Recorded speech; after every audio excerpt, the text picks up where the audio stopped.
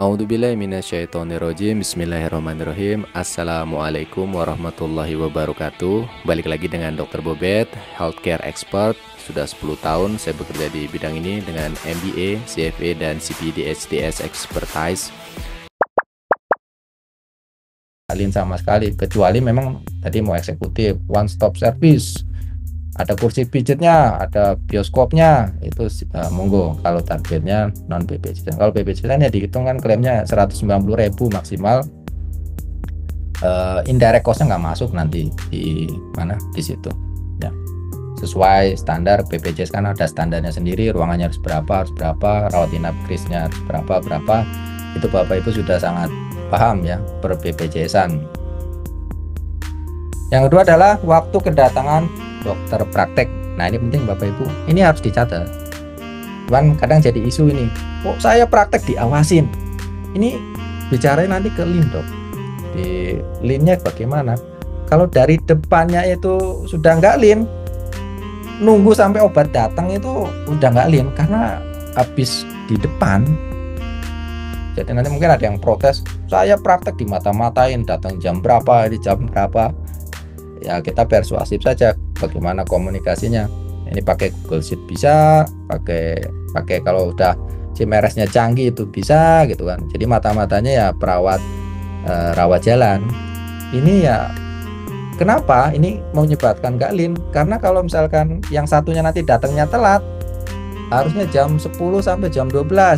Mulai prakteknya jam 11 sampai jam yang jam satunya kepake. Kan nanti nggak lin, di utilisasi ruang polikliniknya nggak maksimal ya, jadi karena datangnya telat ya. Waktu tunggu ini kenapa kalau kita bicara lin itu akan apa namanya saling berhubungan. Ini baru di depan, baru datang, nanti oh ini macet ya, semuanya macet gitu kan, nggak dapat parkir atau bla bla bla. Pendekatannya bisa banyak. Nah mengingatkan, kemudian jika memang tidak bisa jadwalnya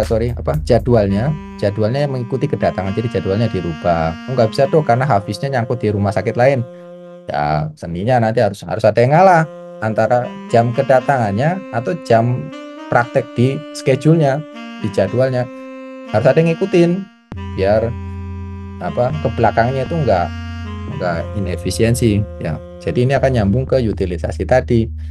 Kalau ternyata jam 10, harusnya jam 10 sampai jam 12 karena jam satunya kisi, ternyata telat datangnya jam 11.30 sampai jam 2 ya, kemakan semua, nanti mundur semua. Itu tidak ada lin. Ini dari depan ya, dari depan. Ini bikin Google Sheet aja. Terus kalau ada CMRS-nya udah canggih, saya pikir sudah ada pakai barcode lah atau pakai AI di CCTV otomatis itu. Kalau memang pakai itu lebih bagus. Ini yang paling murah pakai Google Sheet, tenaga manual di perawat jalan ya. Nah ini waktu tunggu pasien aja dihitung. Nah ini bubar, ini ada yang nyampe nunggu 232 menit. Nah, ini akhirnya ya kita panggil di level manajer Yanmed. Dok ini bagaimana? Oh ternyata ini dokternya di tempat rumah sakit kan prakteknya 3 tempat kita yang ke terakhir itu pas jadwalnya operasi di sana. Nah operasi nggak bisa ketebak dok.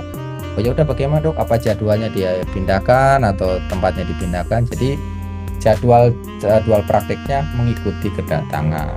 Ada yang 3 menit, ada yang sampai ratusan menit di sini.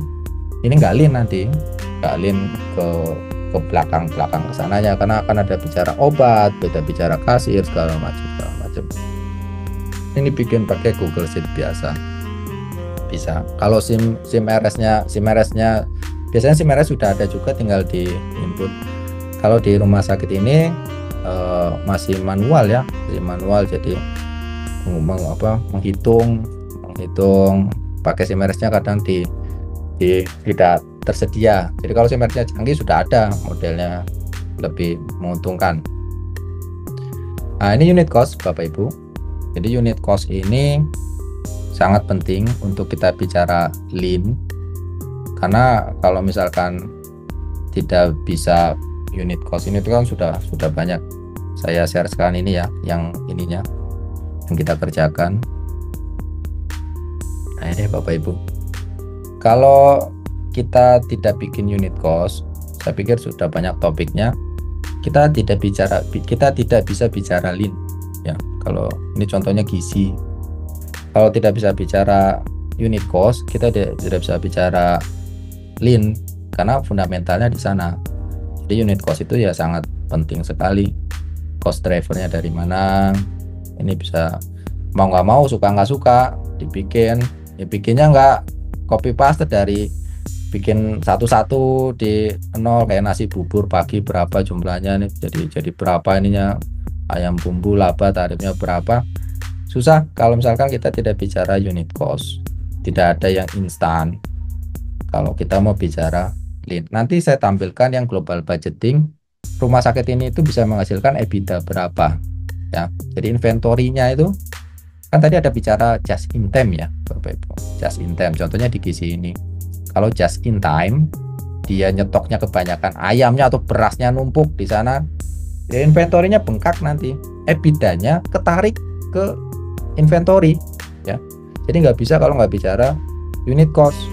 Unit cost modelnya banyak, mau pakai ABC, mau pakai apa namanya, yang penting jangan ATM lah, maksudnya jangan kopas langsung dipakai mentah-mentah. Itu hati-hati sekali karena rumah sakit kita beda-beda semua ya. Tetap di cross check, disesuaikan dan diupdate harga berasnya per 3 bulan, jangan setiap hari, jangan setiap bulan juga, mungkin pegel, mungkin per 3 bulan. Atau tidak bisa bicara lean tanpa unit cost ya. Jadi mau nggak mau, suka nggak suka harus bikin unit costnya. Kalau sudah ada unit costnya di update. Kita balik lagi ke materinya, itu unit cost. Kalau ada pertanyaan langsung saja Bapak Ibu ya, raise hand boleh. Oh ini ada ya, mohon izin bertanya, kami saat ini sedang menyusun skema insentif karyawan agar menjadi variable cost, mohon caranya kita hitung atau kita ada kebetulan, alhamdulillah di slide ini mana ya, nah ini namanya remunerasi by performance. Terima kasih siapa tadi yang bertanya ya, Ibu Ratna Margareta Dos. Nah, Ibu Ratna Margareta, itu bagus sekali Bu, betul sekali. Kalau misalkan fluktuasi standar deviasi revenue-nya itu naik turun tidak tidak bisa terjelaskan, rubah fixed cost revenue-nya menjadi variable cost. Ini salah satu contohnya yang kita gunakan ya, yang saya besarkan. Bentar, coba saya detailingkan ya, saya ininya yang Excelnya. Nah ini, kalau yang kita gunakan menjadi variable cost, pertama ada unsur gaji pokok, kemudian ada tunjangan insentif seperti umumnya ya. Jadi mereka akan besarnya di variable cost-nya. Gaji pokoknya itu faktornya pertama dari pendidikan, menyesuaikan UMK-nya, misalkan pendidikannya apa, SD, SMP, SMA, D3, D4, S1 sampai spesialis. Ini ada faktor pengalinya 0,9, 0,8 tergantung pendidikannya, nanti dikalikan dengan UMK-nya berapa. Kemudian ini yang penting juga pengalaman kerjanya ya Bapak Ibu. Kalau dia sesuai bidang pekerjaannya, jangan sampai dia bidangnya apa, pengalaman kerjanya apa, misalnya dia perawat tapi pengalaman kerja di klinik. Nah ini jangan disamakan sama pengalaman kerja yang di rumah sakit gitu. Dia pengalaman kerjanya jaga warnet, bubar nanti kita nanti ada gini, yang baru itu lebih gede pada yang lama. Nah, yang lama demo nanti itu enggak keseimbangannya terganggu sesuai bidang pekerjaan. Kalau dia tidak sesuai bidang pekerjaan, 5 tahun pengalaman kerjanya dihitung 1 tahun dengan bukti keterangan bukti pengalaman kerja. Yang kedua, tunjangannya itu berdasarkan pengabdian berapa tahun pekerjaan. Nah ini resiko continuous, ada grade-nya. Grade 1 misalkan yang resikonya itu tidak terlalu berat ya, admin, manajemen itu ada di grade 1 sama emergensinya. Kemudian grade 2, grade 3, grade 4. Kemudian ini pekerjaannya, jabatannya. Nah, ini yang penting adalah di IKI sama IKU ya. IKI sama IKU itu insentif kinerja. Ini ada Bapak Ibu. Jadi nanti ada di slide-nya juga. Insentifnya ini berdasarkan pencapaian indikator kinerjanya ya. Pencapaian indikator kinerjanya. Jadi kalau indikator kinerjanya tercapai, saya tampilkan dulu ya. Kalau indikatornya tercapai, IKI-nya indikator kinerjanya itu tinggi. Kalau nggak tercapai, jadi dia atau unitnya, dia akan insentifnya kecil. Jadi besar uangnya di sini. Saya tampilkan dulu. Jadi uang gajinya dia itu berdasarkan indikator kinerja unitnya. Nah ini ya, ini kinerja pegawai. Contohnya ini ya, yang pelayanan mana ya? Sudah terlihat ya Bapak Ibu ya? Sudah dong.